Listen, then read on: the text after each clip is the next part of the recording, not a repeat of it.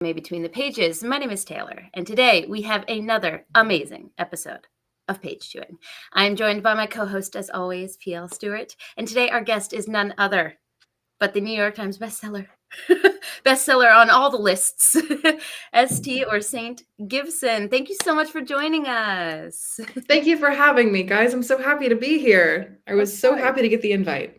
Oh, of course. Well, the honor is ours. So just to get started, in case people live under a rock and are not aware of what you do in the bookish space, could you tell everyone just a little bit about your works and what you do? Totally. Thank you for asking. My name is Saint. I write under St. Gibson, and I primarily write gothic romance, which means that it's a little bit of fantasy, a little bit of horror, and a little bit of romance all mixed together. But I do really have a strong affinity for the gothic genre, and that is kind of the haunted little castle where I live as a creative person. I'm the author of A Dowry of Blood, which is the 2020, I think. It's a queer polyamorous Dracula's Brides retelling. And I have a couple of other vampire books in that kind of shared universe. And I'm also the author of the Summoner's Circle series, which is an urban fantasy romance series set in Boston.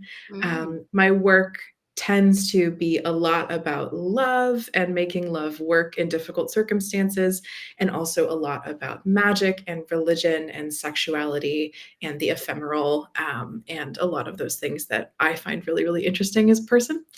And usually there's some kind of magical creature as well. I just saw PL nodding his head. You hit so many points for both of us and what we enjoy in our stories and that little stuff. So I'm sure that we'll talk about all of these points in turn. But the one that I wanted to kind of start with here is the Gothic aspect. So as someone who in university read a lot of Victorian literature, not all of it is Gothic, but a lot of it tends to be. So with the Wuthering Heights and Jane Eyres and, Frankenstein's, that's not necessarily Victorian, but those vibes, right? Most people think of Gothic and think of the vibes specifically. It's kind of all about the atmosphere. There are a lot of elements that make a Gothic book, but a lot of it comes from the atmospheric nature of it. And as someone who has read Dowry, I can say it's very much on the pages of Dowry as well, that Gothic feel. So not only have you written a historical book, but you've also written urban fantasy, and both are categorized by you as Gothic. So I want to know, what is it about the Gothic that inspires you? Because you seem to be able to put it on page in many different settings people wouldn't necessarily associate with Gothic. So what are the points that inspire you, and how do you go about putting those things on the page? I love that question. Thank you. I don't think anyone's ever asked me that in that specific way. You teed me up very, very well. So yes, I'm a big lover of the Gothic. It was a genre that I've kind of always been interested in, but really came to it like a formative part in my teen years, getting really into Anne Rice, obviously grandmama on whose shoulders I stand. She's a huge influence to me, but also Frankenstein, Wuthering Heights, Pan's Labyrinth, The Phantom of the Opera. Like, these are really influential kind of touchstone pieces of media for me. And they're ones that I keep returning to. So I like what you said about how a lot of times folks who maybe know that they enjoy Gothic literature or stories, but they haven't read or watched enough of them to be able to kind of distinguish the sub archetypes or whatever, the first thing you can pick up on is this sense of atmosphere, which is usually historical, or at least it feels somewhat antiquated and out of time. It's the spider webs and the crumbling manor and the running away in my sheer night dress with the candelabra, which we love. But I also sometimes think that Gothic can be identified on a deeper layer by certain tropes that are really prevalent in the work. And I use that term lovingly. Tropes are just the building blocks that we use to tell stories, and we mix them up in new ways and tell new stories.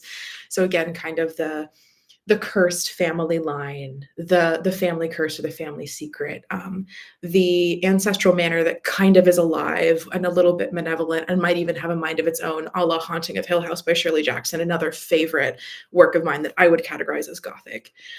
We think of the Gothic heroine, who is usually like young and vulnerable, and there's some sort of economic or sexual threat, like her inheritance is going to be taken away or she's going to be married off, and then kind of the brooding Byronic Gothic hero. These are very, very gendered archetypes, and I like to play with them and mix them up.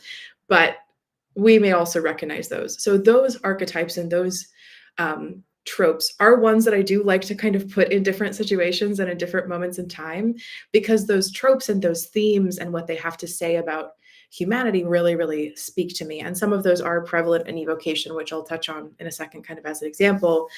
But the third thing for me that really draws me to the Gothic, that I always feel like all of my books are in conversation with, and maybe I'll write a book someday that isn't Gothic, but every time I say I'm going to do that, about halfway through, I'm like, well, we did it again. The candelabra has appeared, right? literally, like, we're locked in an old library studying arcane secrets somehow once again. For me, the Gothic, and this is my personal definition, I don't think this is like the Webster's dictionary definition, but what is so attractive to me and why I feel like I really have the space to play here, and what I hope I bring to any of my Gothic works, is this sense of like the juxtaposition of light and dark, the beautiful and the grotesque, sacred and the profane, love and eroticism and horror. There's these big operatic human emotions and experiences that sometimes we see as mutually exclusive, like sacred, profane, they don't go together. Horror, eroticism don't go together. The Gothic says, yes, they do. What would happen if we put these things that have this delicious friction and tension together and explored kind of the really high highs and the low lows of what the human experience is like in a little bit of an operatic, over the top, campy, Rocky Horror Picture Show way. So I think that is what I do in a lot of my work. I use Gothic settings and atmosphere and tropes and symbols to really kind of take the emotions up to 11 and explore usually what it does to character and to relationships, because I'm a super character driven writer. I just care about humans and relationships. Like anything else is reverse engineered around that. So to answer your question in a smaller way, because I rambled a little bit, yes, Evocation is an urban fantasy. It's contemporary. We live in Boston. We're a lawyer. Like I have Instagram, and I want it to feel like a celebration of modernity and living magical and religious traditions and the city of Boston, and being 30, in the era that we live in and trying to figure it out. But I'm also bringing in that idea of like the ancestral manor that kind of has a mind of its own, and the family curse that's in the blood, the sins of the father that get passed down that we now have to reckon with and kind of exercise it and get it out of us before it destroys us, which is very, very, very, very Gothic. David is in some ways kind of a Gothic heroine, even though he's also, a very masculine, over the top, urban fantasy, psychic, overpowered hero. And I had so much fun putting those two character archetypes together in one character that don't usually go together, because I also love John Constantine and I love the Night Strider books, and like I love the shoot 'em up bang bang urban fantasy. So yeah, Evocation is me, and the whole Summoner Circle series is me trying to bring some of those Gothic motifs into a contemporary setting and have the book still feel contemporary and fresh and fun and a little bit lighter, while also digging into some of those heavier Gothic things. It was a very long answer, but it was a very good question. That's what we're here for. Please do not apologize. Like I am living for this, because as someone who loves delving into the themes of the Gothic and that kind of Victorian manner, I love hearing you talk about those themes that I recognize so well and talk about how you've integrated them into another setting, because that is the beauty of themes and tropes. And I think it's a good caveat. You mentioned it them lovingly, because I agree with you. Being able to take those things we know allows you to play with them because people know them, right? So that's kind of the beauty of the tropes and the themes. And I love the idea of, the candelabra being transported to Boston. I really dig that. I got to put a candelabra in the next one. I got to do it. Please do. I'm a search for that. And I do really quickly want to shout out the fact that as I have come to this point in my career and realized that I want to do Gothics continually and kind of set my tent up in this genre and explore things in a contemporary setting, some of the books that allowed me to realize that I could do that and that it didn't have to be a Victorian European manor on the moors, as fun as that setting is, are books like Mexican Gothic and books like the work of V. Castro and KM Enright and other authors that are writing from outside of this super white, super Western, super straight cis hetero lens. And I was so excited to see people doing Gothic stories that were in like deep context and a deep conversation with their background or their religion or their ethnicity or sexuality. And that really gave me permission to be like, I can do whatever I want. I can Yeah. put it wherever I want. As a So matter I of do have fact. to shout out some of those authors, and particularly like Mexican Gothic. That was a big moment for me where I was like, oh, like you can do really, really cool things with this if you're just not so tied to one environment. Yeah. Well, another thing that I think translated well, uh, will translate well from Gothic to any setting is the idea of the subliminal. Like Yeah. there's so many, Gothic is so over the top in so many ways with the atmosphere and the dramaticism of it. But what it's really dealing with is a lot of the repression and things under the surface. And that kind of Mhm. dichotomy is something that I think can be transported to almost any setting. And Absolutely. as someone who gave Dowry 5 stars, like on page 1, essentially, Oh, I thank you. I do think that those 2 layers are what some of the things that make that so successful, because we're dealing with this Mm, underlying uncomfortable bubbling of what's under the surface. No one can really put their finger yeah. on it in this over the top setting. So, Yeah. I think you've shown a mastery of those 2 different aspects of Gothic, and I have, I'm so excited to see that being transported into a different setting with Odd Spirits and with Evocation and all of that. But I Thank see you. PL nodding his head like crazy over there, so I want to pass it to him. Did you have any comment on that, PL? Oh my gosh, there's so many. But I want to ask you, Saint. So you Yeah. talked about essentially, you kind of laid out your love letter to writing Gothic stories. You talked about some of the things that you absolutely love about it, and and in my head, as you're talking, I can see in my head the gloomy, decaying, haunted houses and the trap doors and the architecture with the gargoyles and Oh, the yes. zombies and the vampires and damsels in distress and curses and prophecies. But so what do you think are the things that for your readers, and specifically about all things Gothic, that attracts them, that are not necessarily the same things that draw you in? Maybe based on reviews that you've read, things that they've highlighted Mm, that, oh, I didn't realize that was something that you yeah. loved about Gothic. What are some of the things that you think that are, I mean, clearly New York Times bestselling author doesn't just happen. So kudos to you. So clearly a lot of readers love your work, and of course they love it for a lot of the same elements that you highlighted. But what are some of the things that readers have noted outside of that about Gothic writing that they love?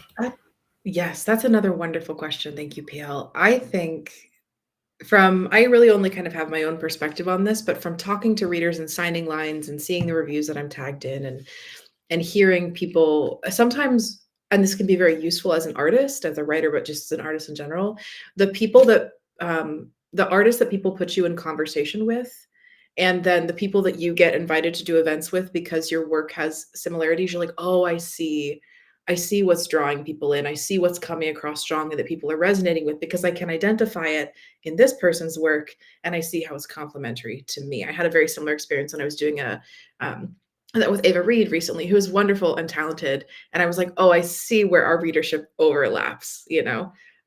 So with all that in mind, something that I love about the Gothic that really resonates with me and gives me the space that I kind of need to play and really get into the weeds of the things I want to talk about is the space that the Gothic makes for the interrogation of, or the celebration of, or just the depiction of the taboo, whatever that may be. So people who are having experiences or are occupying societal roles or have bodies or desires that put them in the margins or that make them inherently taboo, or the fear that there's something inside you that makes you inherently kind of taboo and like you should only exist in the shadows and speak of this in whispers. Love that.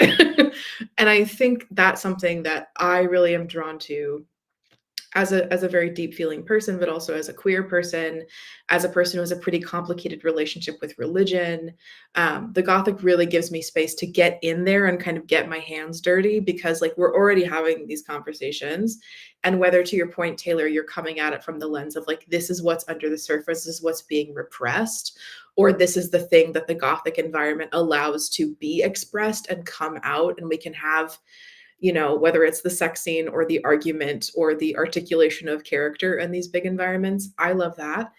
So things that I've heard from readers that I think that they resonate with in my work consistently, and these are things I'm really proud of, and I want to continue to do the best as I can for people because they matter to me too.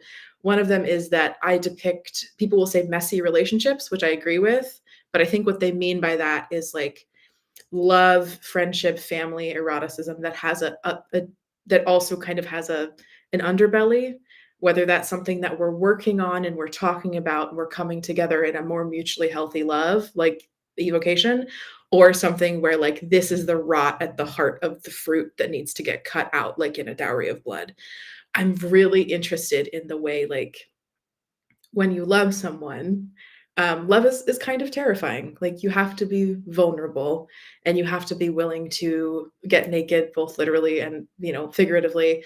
And love changes you. To be loved is to change. And that's kind of scary.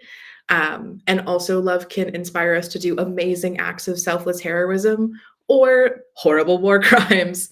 And I think I have that balance in my head always when I'm writing a relationship, whether it's a more straightforward love story or a more complicated like sibling relationship, and people really resonate with that. And I feel like because the Gothic has space for the light and the dark, I can get into those things and I can get a little bit more messy and it doesn't feel out of place.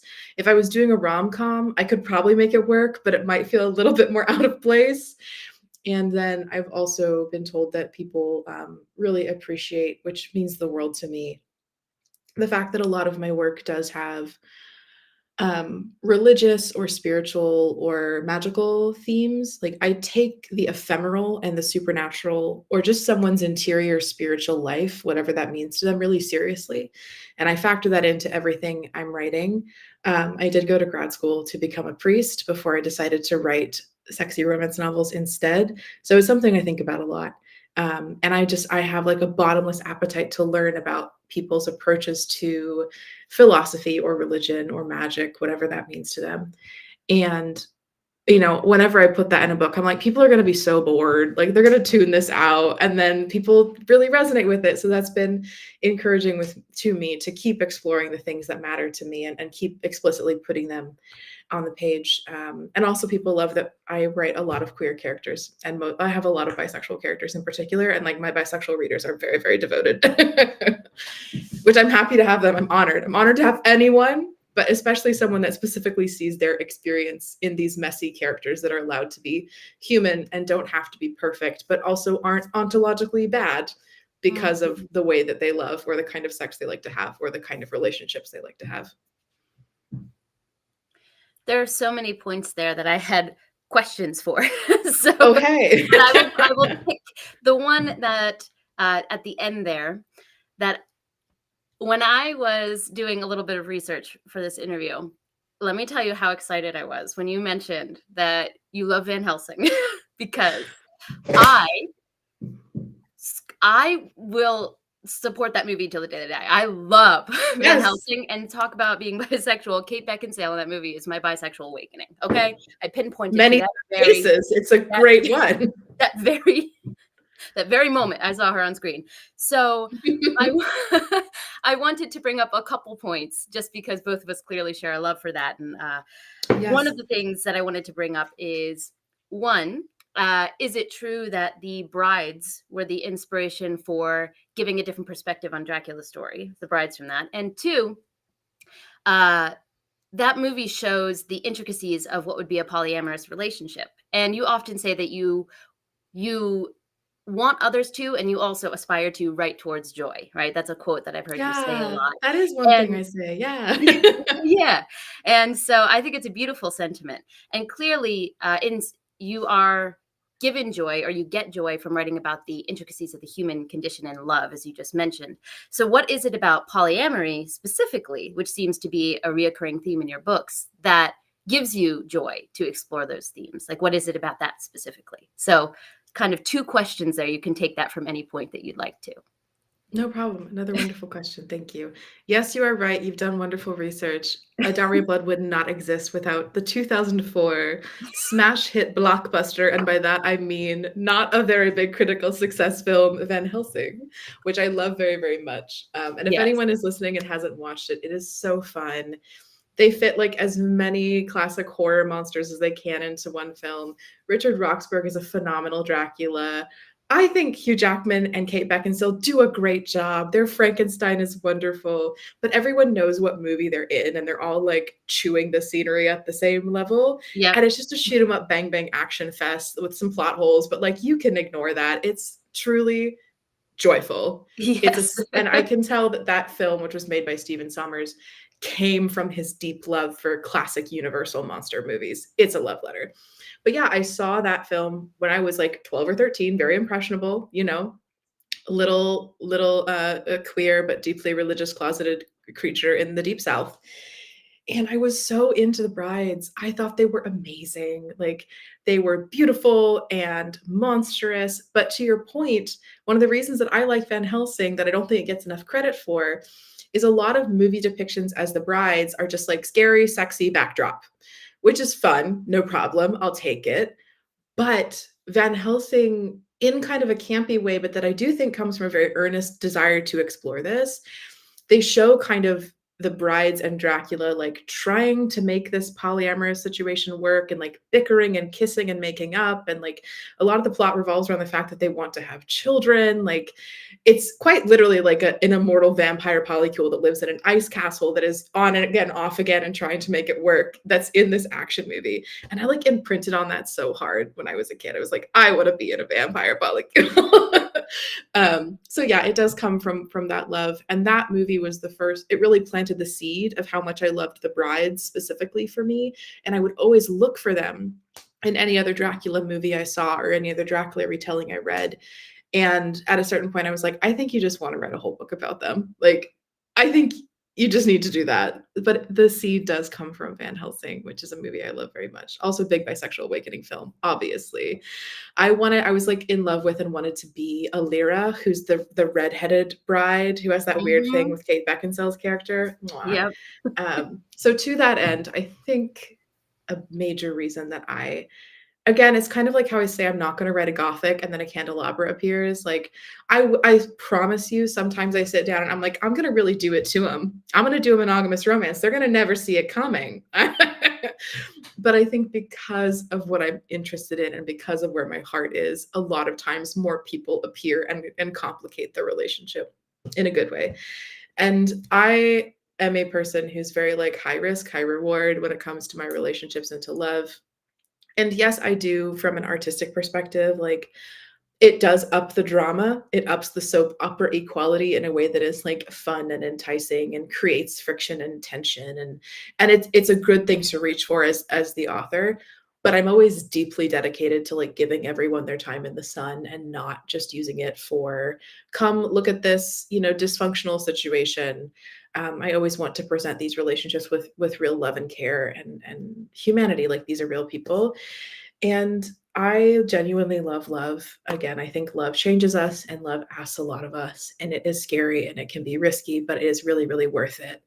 And I think that I want to encourage more people to see opportunities for love and connection in their life, even in places where they might not expect them, which does not mean you have to go open your marriage. Like it can be a friend, it can be a pastor or a sibling that is inviting you into love, or the lady at the grocery store. Like I want to encourage people to see human connection and care as not something that is a zero-sum game that is finite, but that is like this eternally renewable resource, like this fire that if you feed it and you take care of it will never go out.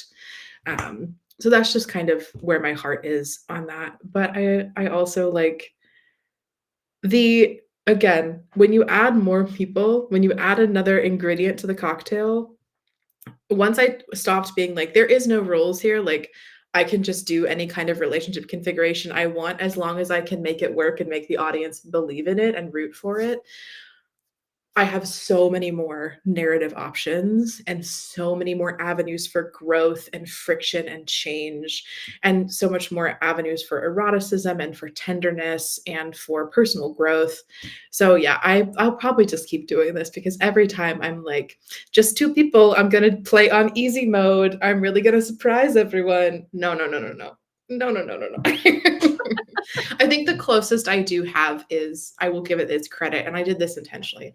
The closest I have to a monogamous romance is Education and Malice, because Mhm. it is really the two girls who have their love story and are locked into each other, little binary stars. It is a dyad.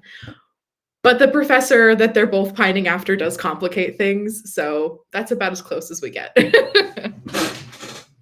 That is just such a gorgeously beautiful answer. I just need to sit with that for a second. But I saw PL nodding his head too, because I know in your books, PL, as well as just in these interviews you said often, that you are a champion and have always been a champion of romance, right? Because it's a part of the human condition. And it's Mhm. something that in fantasy, specifically adult fantasy, gets a bad rep unnecessarily a lot. And so we've talked about that quite often. So I wanted to open the floor to PL there if you had any comments based on what Saint said, because I know this is something close to your heart too. Well, first of all, Saint's answer, some things you said were absolutely profound. But I did want to touch on the fact that, and yet, you know, romance gets a bad rap in traditional high fantasy. However, what is all the rage generally in literary fiction? It is romantasy. It is centered around relationships. It is, and now, and I loved what you were saying about, especially seeing the diversity in terms of relationships represented, not just queer relationships, not just bisexual relationships, but these polyamorous relationships. So much of what I think we are chasing, a lot of us in what we read, is to read books that reflect ourselves, the people, our next door neighbors, the people that we feel that we'd like to see more of in literature, and there's an absence of them in literature. And that's what I love about books such as yours, Saint. That I always wonder when you read certain books and like you see certain societies that are so well fleshed out in every way, but they don't have gay relationships, they don't have bisexual relationships, they don't have, and I'm not saying that that absence necessarily means that they don't exist, that they don't exist in the author's mind, but the author just elected for whatever reason not to write about them. But I think that one of the reasons why I don't attribute the rise of romantasy to simply, I guess, what people would say your cardboard cutout, boy meets girl, has and it's in a fantasy setting with like vampires and werewolves. In my mind, it's the popularity and the ascendancy is because of books like yours that depict all these wonderful relationships of all kinds, and yes, the messiness and the chaotic elements, and just I think because what it comes down to for me is realism, and that's what I chase and what I crave in my fantasy. And that's why, another reason why, although I haven't read your books, what I've heard from people who do love your books, and I have quite a few friends that do, including Taylor, that it's all about realism, and that's what draws me into a book.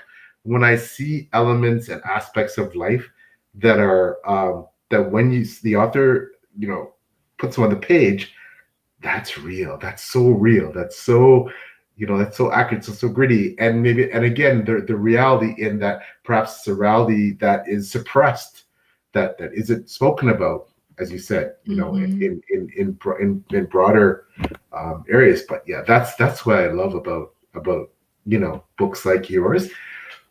But what I want to ask you though is that I talked about the ascendancy of romantasy, and we know that in terms of publishing trends come and go, right? Today this is in, tomorrow this is out. Yeah. What do you see? Do you foresee? So maybe it's a two-part question again. We love our two-part questions, so you have to forgive us. Let's go. Double Apparently header. we do. Do you foresee this general trend in romantic fantasy, however you like to quantify it, continuing for an extended period of time? And if not, then what is the next big trend that you see coming for literary fiction? I actually might have an answer to this. Wow. Sometimes when I get asked about trends, I'm like, I don't know, but I actually do have feelings about this. So first of all, something I do want to caveat my answer with is something that I believe that I've just seen to be true from my time working as an author. I also worked as an agent for a couple of years. I've worked in acquisitions and audiobooks. So I've kind of seen this from a couple of different angles. It does not make me an expert or the voice of God, but it has given me perspective. Is that a lot of times when you have what I would call a micro trend or like a flash in the pan trend, kind of the things that, agents warn their clients about, being like, hey, like, I know you're excited about, I don't even want to make up a trend because it probably exists. Yeah, I'm not going to do that. You're excited about this trend. And I get it. And you can write about it, but just so you know, probably by the time that it gets to me and it gets on an editor's desk, it'll be a couple of years and those slots for those micro trend will be filled. So like, don't hang all your hopes on like writing this trend. That's a lot of where this advice comes from. And it is generally good advice. But I have noticed that even with those trends that do only stick around for 2 or 3 years, which tends to kind of be like the acquisitions and publication cycle, let's say 3 to 5 to really round it out, they go underground and they go indie because people read them and they realize, oh my gosh, I'm going to use something, even though it is still very popular. I love alien romances, like the Ruby Dixon, Ice Planet Brian's. I haven't read them, but so many of my friends have. I'll get on it because I love it. I love a monster romance. But I love alien romance, or I love, what was the other one it does really, really well in indie? It has a term. Military sci-fi is another one that kind of had a flash in the pan moment, but like those are strong. And people realize they love them. They realize they can go to these authors who are still self-publishing them or publishing them indie, and they really support and build these careers. And then sometimes even once that gets enough traction, the trend then comes back around in trad, because trad's like, oh, never mind. I'm so sorry we broke up with you. You're doing so well for yourself. You've really got your life together. Do you want to get coffee? Like, that's kind of the energy. So I never want to say, like, even if a trend that you're seeing in trad seems to kind of be there and gone again, it has roots and people are probably finding it in backlist or in indie. And they're recommending books that have similar vibes because there's a reason that people resonate with that, and that interest doesn't go away. The market just often can't sustain a big onrush of trad books in that micro genre for more than 3 or 5 years. So that's my hot take on that. But for romantasy, I do think it has staying power, even in this kind of wave we're seeing in traditional publishing, because I think it's building on genres that have been here for a long time. And I think something that I love is people are recommending romantasy books that are romantasy books that came out 15 years ago, that we just didn't call romantasy. It's just a really good fantasy book with a really strong romance plot. And I love that. And those books have stood the test of time. Like, it's true. Like, what else is Kushiel's Dart except a phenomenal fantasy series with a strong through thread of eroticism and romance? Like, that's a really good, example. There's many others that also fit this bill as well. Or maybe you don't even know that it has stronger fantasy elements or stronger romance elements until you're into the book and you're like, oh, this is a really good marriage of the two, which is typically what I think people mean when they say romantasy, but it's a very nebulous term that seems to change every week. So don't put that on me to define it. But I think that's what people mean when they're like, I want to be swept away in this well world built, satisfying, high stakes, usually second world fantasy story. And I want the heart of the story to be a big feelings romance that has some tropes I like and that makes me, laugh and cry and stuff. So, but I do think for that reason, romantasy probably has staying power. And it's the combination of two major genres that people are very dedicated to reading. Like, a fantasy reader is hardcore and a romance reader is pretty hardcore. So if you find someone who likes both of those together, they're probably going to continually seek that out. That's my answer to the first half of your question. The second half of your question was really good. And I talked so much, I forgot what you asked me what I thought the next big thing might be. My theory that I am rooting for, and I'm seeing it gain traction. This time I'm seeing it actually gain traction in indie. And people are starting to ask for, like, I want more things that feel like this, but I can only read a couple of books. And like, but I'm starting to see editors and agents be like, I read this and I really like this. Like, does anybody else have something that feels like this? Is horror romance, is the combination of those two things. And I can name names of books that I would say horror romance. A lot of dark romances, some of them are horror romance, and some really good, like, dark experimental fantasy and fiction, even short fiction, that also has like a strong element of a romance, whether it has a happy ending or not. We can get into that, but that just has this strong relationship focus. And again, the Gothic kind of falls into this category. So selfishly, I hope this takes off because it's good for me and my friends. But I am not as hardcore as a horror writer as some of these other people are. I touch horror and I love her and I blow her kisses and I live there, but I also dabble in other genres. But I have, colleagues who are really strongly rooted primarily in horror, but they want to introduce more of those big feelings and those emotional stakes that come from romance. I would say, like, I can name dark romances all day long because I love reading those, but something like Monster of Eldenhaven kind of falls in this category. That one came out a while ago, but it's really good. I think about it all the time. People like K.M. Enright, who wrote Mistress of Lies. That's definitely like a romantasy, dark romantasy, but there are horror elements, there are body horror elements. And I think a lot of people who like the intensity of emotion and sensation and the fear and the catharsis of romance or of horror also realize they like that in romance. So that's my little theory. And I like to read it. So I want there to be more of it so I can read it. But it's something that is gaining traction in indie and people like Morgan Dante to a degree, but Raphael Nicholas and other folks are doing really cool things within indie as well. I think you really hit the nail on the head there because I'm seeing a lot of those whisperings as well. And I'm not even I'm hearing it in the air. Yeah, I'm not even that entrenched in the romance world, and even I kind of got those whisperings. So also Yes. we have a Shield's Dark fan with us. Yay, Sarah Beth. Yay.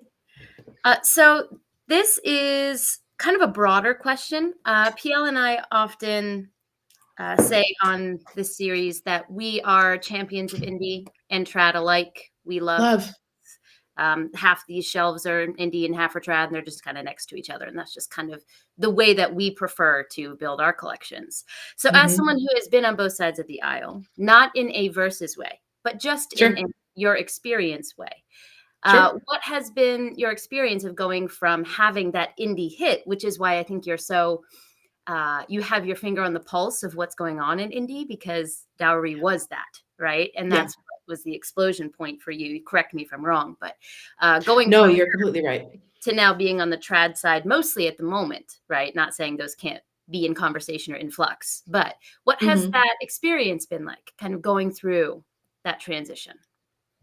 You guys, I love talking about this. You're just letting me talk about all my favorite things. I love this. That's the point. I'm genuinely always happy to talk about that because I still think not as much as there used to be. There are a lot of good resources out there, and there are a lot of authors who are hybrid in the sense of doing a little bit of indie and doing a little bit of trad. People like Katie Robert, Sierra Simone, like, who are just dominating and doing so well and really being able to have the support they need and the freedom that they need. And for some people, that is the right path. So like, I want to give them their flowers as well. I love indie. I did start publishing in indie, and a lot of my friends and colleagues and a lot of the people that I look out for and that I read are indie books. And I think, I'll just talk about my experience. So from my perspective, I think me finding my way into trad holistically was absolutely the best thing for me as an artist and just kind of as a person who has to work, like from both a technical getting the job done and like my art kind of perspective. Trad has been very good to me because in indie, I loved the amount of creative control I had over things like the covers and the release schedule and how long the book was. Dowry is only 50,000 words. It's barely a novel. It's longer than a novella, but it does not feel like a novel. And I seriously doubt that word count would have got through any agent because it's right in between. It's weird. It's hard to sell. Either cut 15K or add 25, but I didn't want to. It was the right amount to tell the story. So I was able to do things like that. I was able to find the cover designer that I wanted to hire. I was able to do it in my own timeline. I love that freedom and flexibility and that sense of spontaneity. And I need a little bit of that as an artist. I need to be a little bit like, I just feel like doing this. Like it keeps me engaged and energized and interested. But I found that a huge source of stress for me that actually impeded me getting the work done and impeded me getting things done on time or at all. It just kind of caused me to be really anxious and not super pleasant to be around was if you go indie and you don't have a team that you've hired, especially if you're early on and you're kind of doing everything yourself, all of those decisions are your responsibility. And if they go poorly, you're the one who made the decision. So I kind of got into this echo chamber of like, I hope this is the right cover. I guess the blurb is fine. And I could ask my other friends and I could ask other indie authors. But I do personally, so not all authors, personally, I do better with the structure of more people weighing in from their areas of expertise. I actually feel a sense of peace and ability to just focus on my work and writing the best book I can and promoting it in the way that I want to when I know that the design team knows what they're doing. They know what covers look good in the market. They know how they're going to brand this and they bring me options and I say, I love number 2. I love to sign off on things. I love to sign off on things. And I love having a editor, and I've had really good relationships and experiences with both of my editors at Angry Robot and at Orbit. Shout out Eleanor and Nadia. I'm very, very spoiled. And they make me better and they make me think of things that I wouldn't think of, even from bringing something to, my fiance, who's also a writer, or to my writer friends. And they keep me on track and they keep me on deadline. And I can't just go into a corner and spiral because there are people who are waiting on things from me and they don't get to move their job along until I've done my part. And actually being part of a little, like a Rube Goldberg machine where all the pieces are affected by each other, I've found is really good for my creativity and really good for my desire to see things through to the end and to do them well and to share with other people because I'm really motivated by that sharing and that social element. So knowing like, well, my editor is waiting on this for me. I told her she would have it in October. And if I give it to her, she'll tell me what she thinks. That's very motivating. And it prevents me from getting into that anxiety kind of freeze response where I'm just like, I don't know what to do. These are too many decisions. However, I have friends who are in indie who, even if trad came knocking with a beautiful deal, would not take it because indie is so good for them and the way their brain works. And it allows them to produce exactly the kind of work they want with precisely the right art and formatting, released on exactly the right schedule that works for them financially and in terms of their energy and responsibilities. And I have friends in trad who need even more structure and guide rails and sounding boards than I do, who are like, I would cry if I had to do this indie. So I think it really comes down to, and a lot of this is trial and error. I wouldn't know this if I hadn't done a couple indie books and then done a couple of trad books. I have great aspirations to be hybrid in the future, but we'll see if I can do that. But I do think it comes down to kind of knowing what you need as an artist and what makes you the most reliable and helps you keep promises to yourself. Is it more people in the room with you or is it less? Mm-mm-mm. Well, I love hearing it from the perspective of a collaborative process rather than a bogged down process, which is what people tend to categorize trad as. So just shows looking at it from a different perspective can shed a different light on the structure, right, that you're talking about. Yeah, but absolutely. I'm sorry. Did you want to? Nope, I was just agreeing with you. Yeah. So I wanted to go back to something that you mentioned earlier, and I know that PL and I both love to read in our books, and that's the idea of religion. So I'm sure we could talk about this for a long time. Let's go. Ready, because both of us, this is something we adore in our books. And I often say that I love people talking about religion as a power structure, not just a belief system, but as a structure in the society. And I want to pair this with you in your more urban fantasy. You talk about that the magic systems are based in real world magical practices or belief systems. And having studied theology yourself, having a master's in it, that's also a very real world connected thing for you. Yeah. So often in fantasy, we view magic as not real and fantastical, and we view religion as real and grounded. But you can correct me if I'm wrong, but the way that you talk about it, you seem to view them on the same plane, right? And you kind of Yeah, use them in conversation with each other. So I wanted to ask you totally. about how you use those two parts of your writing to explore certain themes, and how you like to use them to flesh out your stories. So how do you deal with those two aspects in conversation with each other? Yeah, I tend to approach writing magic and religion, and I will get into why I don't think that's a clear dichotomy here in a minute, but I tend to approach writing those things in my work, particularly anything contemporary, anything that happens in our world. So Summoner Circle series, basically, the Evocation and Odd Spirits are out now. There's 3 more books coming, but whole Summoner Circle shebang. I do try to approach them, especially from the perspective of the character and the practitioner. Like, this is equally real to them. It's also maybe equally nebulous. People are having conversations of like, what do I believe versus how am I feeling today? Do I think the spell is working, or do I think I'm reading into it? Like, it's a lot of the conversations that we have with ourselves, just as people who kind of live in a world, whether you are a religious person or not. And I wanted to bring, and I do a little bit too much of it sometimes, and things get muddy. So sometimes I just need to say what I mean and tell the audience what to believe. But I do like to really try to make it feel as real as possible, because it's something that is so important to me in my lived experience, and something that I really take care to notice and celebrate and nurture in other people. Again, whatever their relationship to the idea of religion or spirituality or magic may be. But yeah, my one of my favorite parts about the Summoner Circle series, and certainly the nerdiest part about the Summoner Circle series, is I am by no means an expert in the traditions and the practices that I depict. I have been a practitioner of some of them, and I've known practitioners or interviewed them or just done a lot of research for other ones. And I'm really looking forward to I'm kind of blocking out like months to do more research next year for the next couple of books in the series.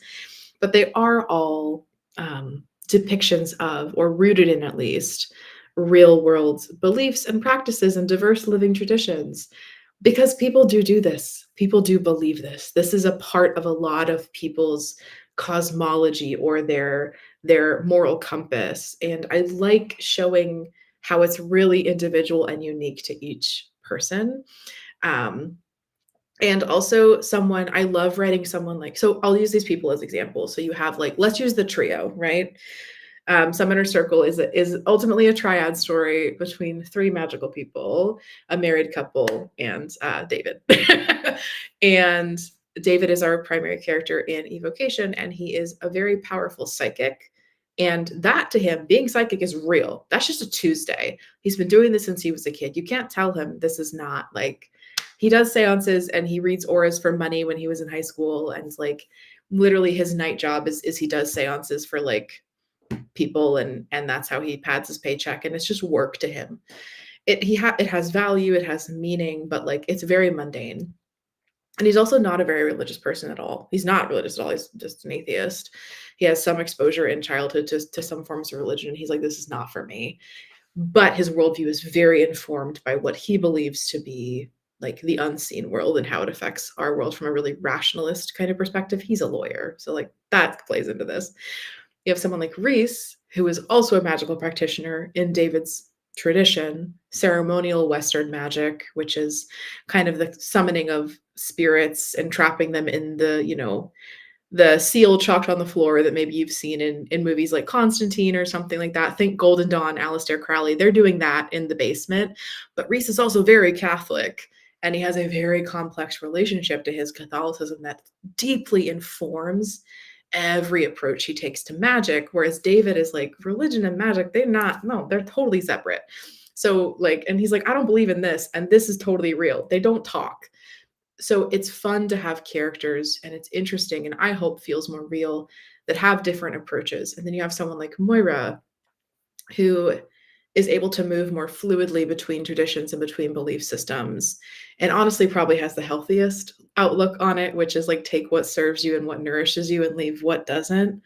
But every single person in that series has a different outlook on magic, philosophically or religiously, or just in terms of like seeing it as a science that they can manipulate, that follows rules and is not religious or spiritual at all, which I've known practitioners like that.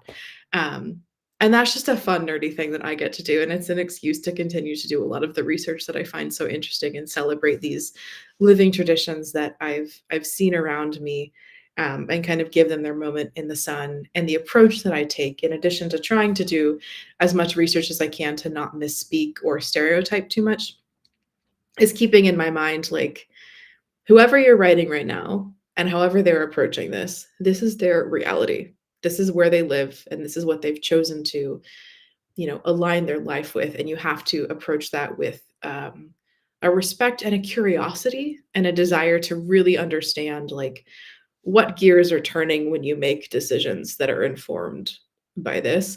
And to your point, Taylor, how are they in conversations with structure of power that might be actively harming the person in the belief system or people or communities around them? There is some tension, and this will come up more in book 2, but there is some tension with the fact that Reese is so Catholic, and his, atheist boyfriend is like, I hope you don't confess me to your priest. Like, there's tension there, and there's friction, and it's an invitation towards deeper intimacy and towards personal growth, but it is complicated.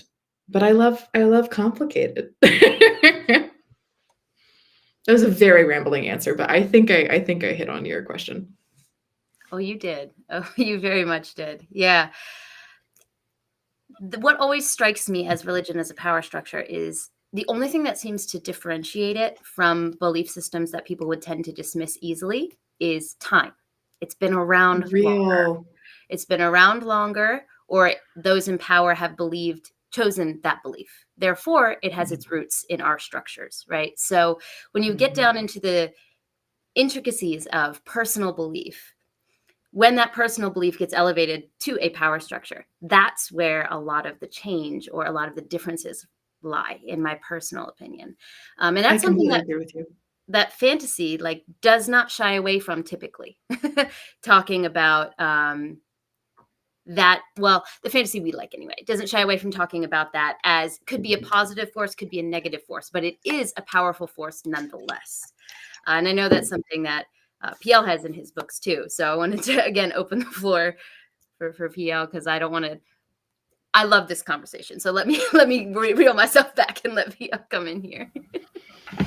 Well, my question specifically for Saint is that I feel like, and this is a real dichotomy. So I grew up in a religious household. My mother was very, very formally religious, Anglican, and much of my family very formally religious. And the more I read through self-education and then formal education, getting to university, etc., the more I read, the more I felt I opened my mind, the less formally religious I became. And there's this internal conflict between, I feel like I'm betraying my faith. I feel that as my eyes are opening to the goods and the ills, particularly in specifically organized religion, Totally. that it was actually eroding my faith. So in some ways, and not that I was smart or getting smarter, I felt that the more enlightened I became, the less religious I became. But of course, I think what happened with me is I had to find this place inside me where I had to make this differentiation between faith and religion, and that there were two very different things for me, and frankly, that I believe they are two very different things, period, and sometimes competing and contrasting things. Yeah. So you are extremely well educated and you have a master's in theology, and you write books that have both magic, religion, as a faith. How do you reconcile where you are in terms of how you look at religion and faith and how you write about it? Yes, that's a good question. So I do think a little bit of lore here will help. I will not get too deep into talking about myself, but a little bit of lore will help. I was raised in a ambiently Christian household. My parents were actually pretty mellow, God bless. But in late high school and into early college, for a span of like 4 or 5 years, I, of my own accord, got really, really into conservative evangelical Christianity. And I was trying to make myself fit into this world, even though it was actively hurting me and actively hurting my relationships with other people. Um, because I wanted so strongly that sense of, I was, yes, seeking belonging, and I was seeking meaning and a sense of living a virtuous life, the things many of us seek when we find religious communities. But there is something, I think, insidiously seductive in very high control or dogmatic religious communities that is like, if you just do what we say, you don't have to think, and you will be ontologically good, you will be safe, you will be protected, and we will offer you protection. And I think, and you don't know what you think. You can't trust your emotions. You just listen to us. We have centuries and centuries of knowledge. And I'm a big fan of centuries and centuries of knowledge. I do not want to throw the baby out with the bathwater. I do think religions that have been around for a long time have sometimes workshopped some things that we can take away. But I just kind of pushed myself into that and tried to make it work, and had a big crisis of faith and a breakdown, and caused a lot of hurt to myself and other people in trying to push myself into this mold that ultimately just kind of chewed me up and spit me out. It was a very formative experience. But I knew that I was still deeply drawn to these questions of faith and how we use signs and symbols and stories to make meaning about our lives as human beings. Like, we've told these stories for thousands of years, like they mean something. The ritual means something. The prayers have power, but I think a lot of that meaning and power actually sits inside us and in our bodies, and not externally in the institution. Like, no one can take that away from you. This is how I was raised Protestant, on a side note, because I'm like, nobody can tell you no. Nobody can take that away. You can have it anytime you want. It's right there. Like, and I'm grateful for that. And then in college, I am going through a lot of changes, and I'm really grateful for the fact that that experience allowed me to really open up and explore other religious traditions. And that's when I kind of fell in love with learning about religion and spirituality as a discipline, sociologically. Like, I have really fond memories of like going to Wiccan circles and going to Rosh Hashanah services at the Jewish synagogue, and like learning about Eid from my friends. And that was really great. And then I entered grad school because I was like, I'm going to become an Episcopalian priest. I've got it figured out. And there are certain elements of that that I was really drawn to, and I'm still drawn to. I love connecting with people one-on-one and being like, how's your heart? What do you need? Here, I have a little basket of history and stories and rituals and traditions that are here for you if you want them. And if they're helpful, they were helpful to me. Maybe they're not helpful to you. And I like to do a little public speaking and do some nonprofit work. But that does not mean I want to be a priest. And through that experience, I came back to my first love, which has always been storytelling. I've been writing books since I was, or not writing books, but writing stories since I was really little. And I was like, I think what you actually want to do is connect with people and offer them, use your experiences and your thoughts and the stories that mean things to you, and give them as that little basket of tools to people. You don't have to do that inside of a church. So that's lore drop. That's very, that's more intimate, but I do think it really comes into play in my writing. So all this to say, I do find a lot of value in the things that we have kind of inherited as human creatures from the human creatures that came before us. But I think we have to be consistently kind of, what's the word I'm looking for? Questioning, I suppose, is true, but it's more like Inquisitive? inquisitive. I like that. I'm actually going to use a Bible metaphor here, if you will allow me, because I like it. There is a parable in, I don't remember which one. I'm not being tested. I don't need to know this anymore. But basically, Jesus is talking about how will you tell like a good teacher from a bad one? And he says, you'll know them by their fruits. Like, what kind of fruit is the tree of your life bearing? So I always bring that attitude to any conversation I'm having with religion. Like, that is my baseline, is like, if I introduce this element to someone, or if I integrate this belief or this system into my own life, or if I cooperate with this institution, is the fruit of that tree going to be bigotry, harm, repression, poverty? Or is the fruit of that tree going to be connection, intimacy, care, mutual aid, all that kind of good stuff? So that is very much about me, but that's kind of the attitude I bring into everything. And when I find those little things that make good fruit happen in my life, of course, I want to put them in stories and give them to other people if it is useful to them and if they want to take them. But if not, there's just an apple tree right here. And you can say, what a pretty apple tree. And you can go to the pear tree, and that's fine. Yeah.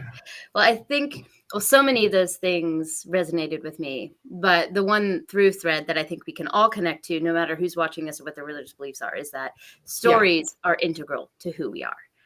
And it's like the foundation of human civilization is sitting around Exactly. this fire and telling each other stories.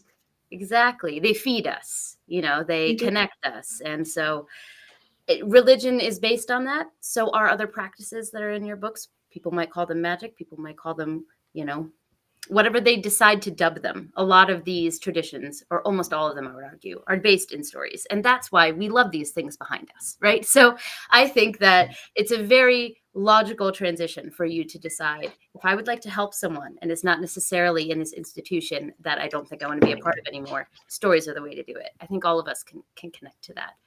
Yeah. But what I would like to do now is shift a little bit more to a not necessarily lighter, but different, a little lighter lens, and talk about the Summoner Circle series specifically, because I know you've got all of your releases coming out this year. Odd Spirits has released on the 8th, right? So that is your most recent release from Angry Robot, and I wanted to bring up a particular thing that I've heard you mention a couple times, which is writing the setting of the Summoner Circle was fun for you because, one, you love Boston, but two, the thing that you love about Boston is the dichotomy between the new and the old being together. And as someone who lives in Japan, okay, let me tell you, the new and the old being together is a part of my daily life. And it has always fascinated me as well. There'll be like a 1,000-year-old, literally, temple, and then a skyscraper. Like, that's just integrated into the life here. And it's always been like, when I see the shadow of the skyscraper covering the temple at a certain point of the day, I'm like, this is surreal. What's happening with this interaction right now? And that's the juice. Exactly. So that's what I want to know is, for me, I understand the fascination with it, but I'm curious what it exactly inspires. Like, when you see those things, how does that manifest in the Summoner Circle series, in the setting there? So yeah, I mean, Boston is so essential to the Summoner Circle being what it was. Boston is like almost a character. Like, I don't want to put that on me, but that's basically what it is. Like, it's such a presence in the book. And the lore drop here on that is that I went to Boston with my now fiance on our very first anniversary. And we fell so in love with the city that we were like, we got to move here. And about a year later, we did. And I live just outside of Boston now, but we lived in Boston for 4 or 5 years, right in the city. And it was amazing. And to me, that is kind of the first city that I chose for me and with someone I love, that I didn't have to go to for work or school. So it's always going to be special to me in that way. I feel like how some people feel about New York, that, like, I also love New York. Oh my gosh, I need to go back. But that's kind of how I feel about Boston. So all this to say, I do love the new and the old in Boston. And this is very evident in other major American cities as well. But as someone who didn't grow up around a lot of this experience, I love how the landscape and the actual architecture and the way the roads are laid out in Boston have been so clearly impacted by, like, American history and where certain immigrant communities settled, and unfortunately redlining, like good and bad. You can like look at the actual physical landscape of the city and you just see like hundreds of years of history. And I do love aesthetically, but also just in this sense of like, oh, it all exists at once. Like, going and seeing, going to the St. Mary's Cross, T stop and seeing that beautiful old church. And above it, you can see the skyscraper that's in DTX, or going into Cambridge and you're in Harvard, but there's also like small businesses and food carts and stuff by the street. Like that is really, really cool. So I just think there's so much life and vibrancy in the city. And to me, what I love in a city is a strong personality. I'm the kind of person who you take me to a city and you leave me there for 6 hours and I'm like, should I move here? Like, am I a Chicago girl now? Is she in her New York era? So I just love urban centers and I love the way human history and culture and food and money has like shaped them. And Boston is a little bit brusque, a little bit, and got my Dunkin' Donuts, don't talk to me, I'm going to honk at you in the street. But also there is love there. And there's a deep devotion to the city, especially people who were born and raised there, that I was like, I love this. I want to celebrate it. So yeah, and I think the juxtaposition specifically of that old and new is what to my little fantasy pilled brain just so easily sees magic in like every single alleyway. And that was always what I loved about urban fantasy when I was a kid, is like the fact that it was in a city made it feel like if you just took the wrong turn down an alleyway, you would like literally come to like a magical experience. And there's something about the quality of Boston that I can't even quite put my finger on that makes me really believe that's possible. And I do think it's celebrated and represented in the book, like the society meeting house where the main like secret society meets, especially in book one, is underneath a Cantonese restaurant in Cambridge. Like you literally go down like a little wrought iron staircase and you think you're gonna like get some really good food, and it turns out you're in like a basement that has been turned into a summoning room. But that's just how the city feels to me. And I love that about it. Love her. Yeah, the possibility of the fantastical meeting the mundane. Cities. I tend to feel that more often when I'm in a nature setting. It's just kind of what works for me. So I find it so fascinating to hear you talk about that possibility in such an urban, busy center of human life. I think that, if you can put that on the page, that is the beauty of urban fantasy, right? The idea that it could exist actually right around the corner. You don't have to climb to the top of the mountain. It can actually be next door. Yes. And I also like what you said about possibility. This is something I was thinking about earlier that I will actually articulate now.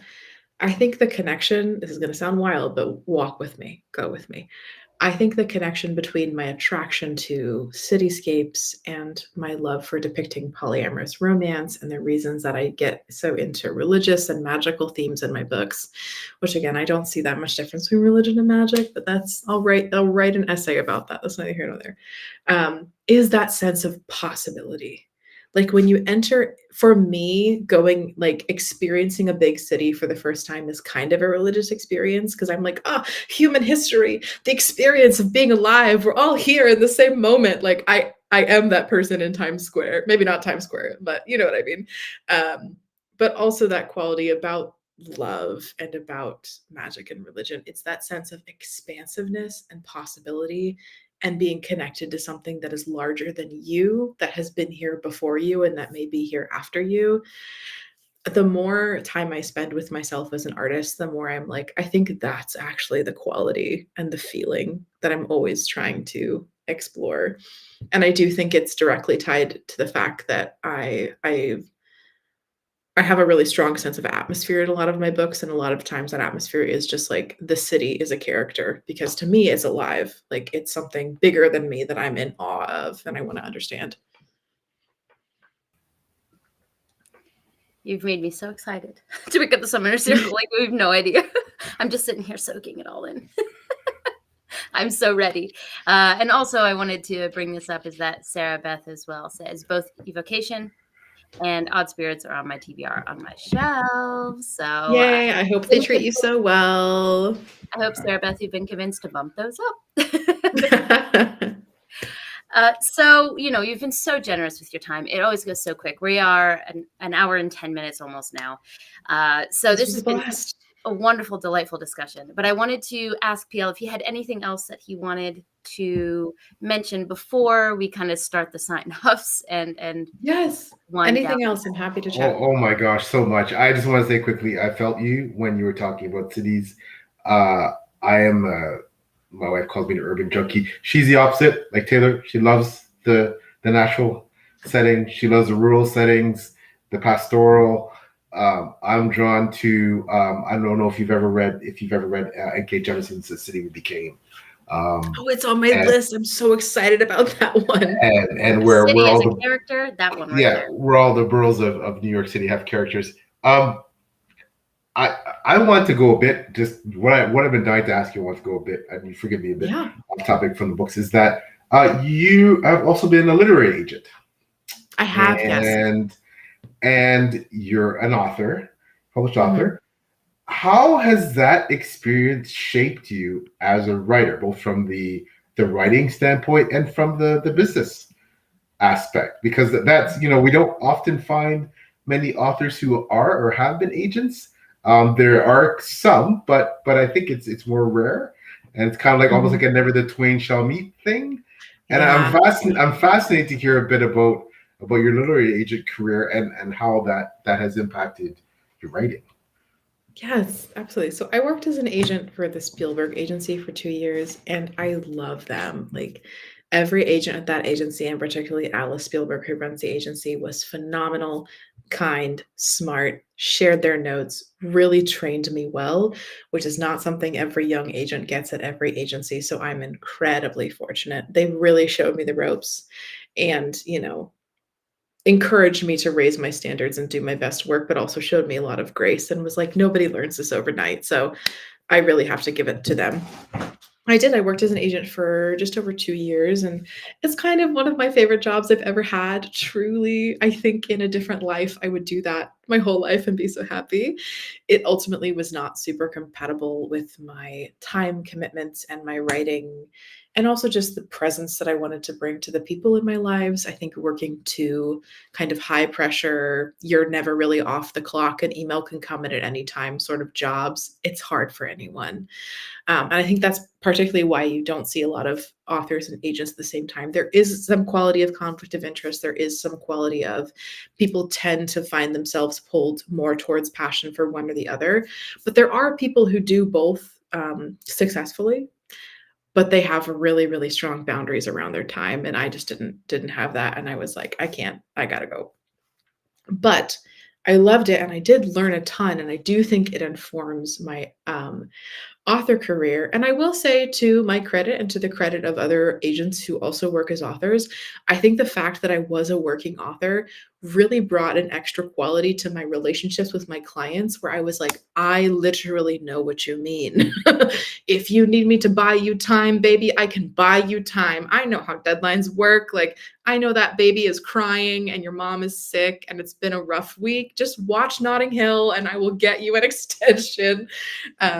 So that was really, really great. I think I was able to advise on like a deeper craft level and a deeper career strategy level. And I really appreciate that I was able to do that. And I think my clients did as well. And I love them all very much. And I wish them well. And every time I see them get a book deal or announce something, I'm so, so excited.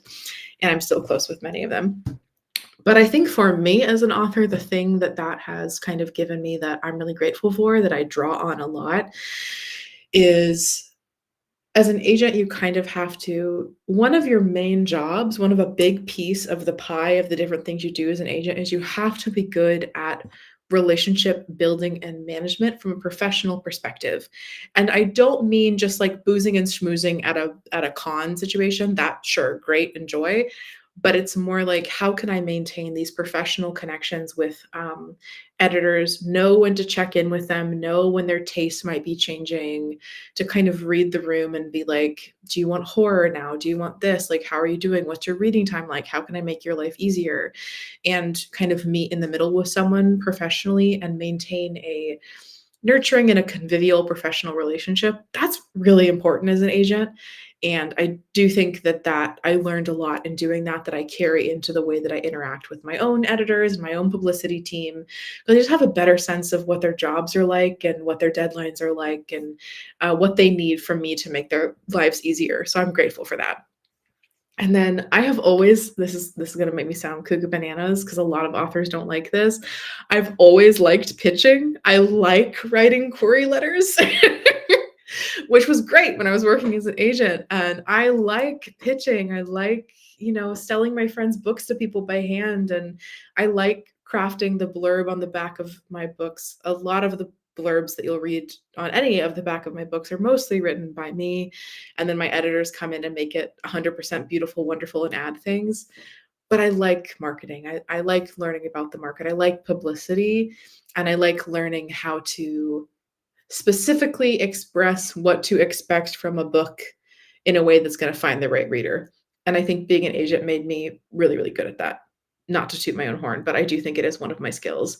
And anytime a friend is like, I need to pitch this to my agent, or I need a query letter, I'm trying to get an agent, I'm like, call me, get me on the phone. Well, I think, through the experience of doing this series specifically, I think people don't have an idea of what networking truly entails, right? There is the point of contact, the main point, but a lot of it is, as you said, the fostering of that initial contact and being able to balance that and work with that. So, and, toot your own horn all you want. If you're good at something, let people know you're good at it, like we're here. But yes, so thank you so much for your time. Speaking of, networking and being on the show, I'm so grateful that you were able to, or willing to come on here and thanks to Caroline as well at Angry Roma. Oh, we love Caroline. Mwah. Oh, she's just such a wonderful human. So before we go, though, I want to give everyone a chance to do a little bit of a sign off. Of course, we'll start with you, Saint. Can you tell us anything you have coming up or anything you want people to keep their eyes on? Or, of course, your most recent releases with the Summoning Circle, the busy year that you've had.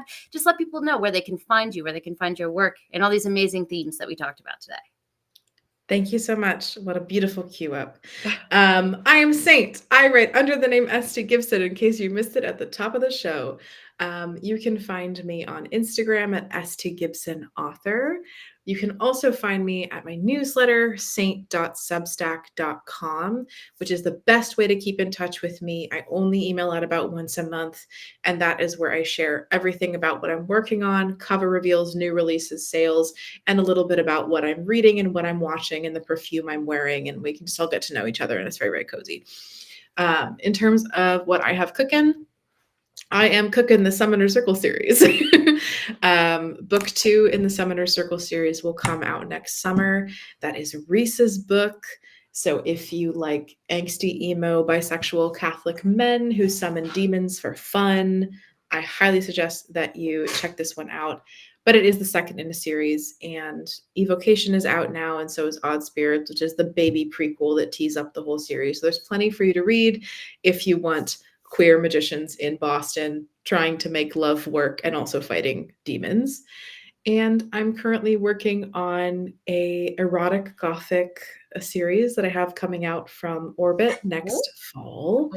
And the first book is called Savage Blooms. And it's like if Sierra Simone's Thorn Chapel series meets Wuthering Heights meets a little bit of Arthuriana meets Rocky Horror Picture Show.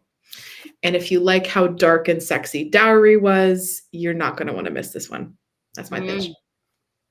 Well, I would say you're damn good at it. First time I've heard of that book, and I'm convinced. There we go. Count me in. Add it on Goodreads. Savage Blooms. I will have the link down below, everyone, so you can add that. Of course. Also, Saint's website and everything that you've just mentioned will all be in the description down below. Please go and check all of that out. So my wonderful co-host PL, if you could just tell people where to find you and what you've got going on. Well, first of all, thank you so much, Saint, for joining. This was just a real treat. So enjoyed it, and can't wait to read your books in the future. So, yeah, PL Stuart, you find me beside. I always get it mixed up. It's this way. Beside my wonderful co-host Taylor on Page Chewing, and my own channel, The Drown Kingdom Saga 7847, and 6 Elemental Interviews, which I've been doing a lot of recently. As for the books, The Drown Kingdom Saga, that's www.plstore.com. Book 5, A Pack of Wolves, coming out in the spring of 2025. And excited to be getting closer to completion of this 7-book series.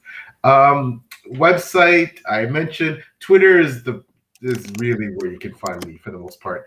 It's at PL Stuart Writes. Same on Facebook and Instagram. I'm not there as often, however. Yeah, you can find me there. But typically, you can find me beside Taylor, where we do page chewing, and we get the real privilege and honor of interviewing wonderful guests such as Saint. Thank you. Yeah, one day we'll get the pointing right, PL, but it is not this day. I don't know if that day will ever come. It's kind of part of our brand now. So my name is Taylor. My channel is Made Between the Pages. You can find me on Page Chewing very often with PL. I am also a Spiffbo judge over at Before We Go blog, the self-published fantasy blog off. And I'm also an assistant editor over there as well. I'm kind of all over the bookish space, so all of my links, as always, will be down below. But Page Chewing is my baby. This is my joy of being in the bookish space. So truly, we do, once more, thank you, Saint, for coming on. This is a very in-depth and enlightening discussion. I have so many things to chew on and think about now. But thank you to everyone in the chat and anyone who watches this after. You are who makes this series what it is. Your interactions are really the core of this. So thank you for tuning in. And we will see you on the next episode. Bye, everyone.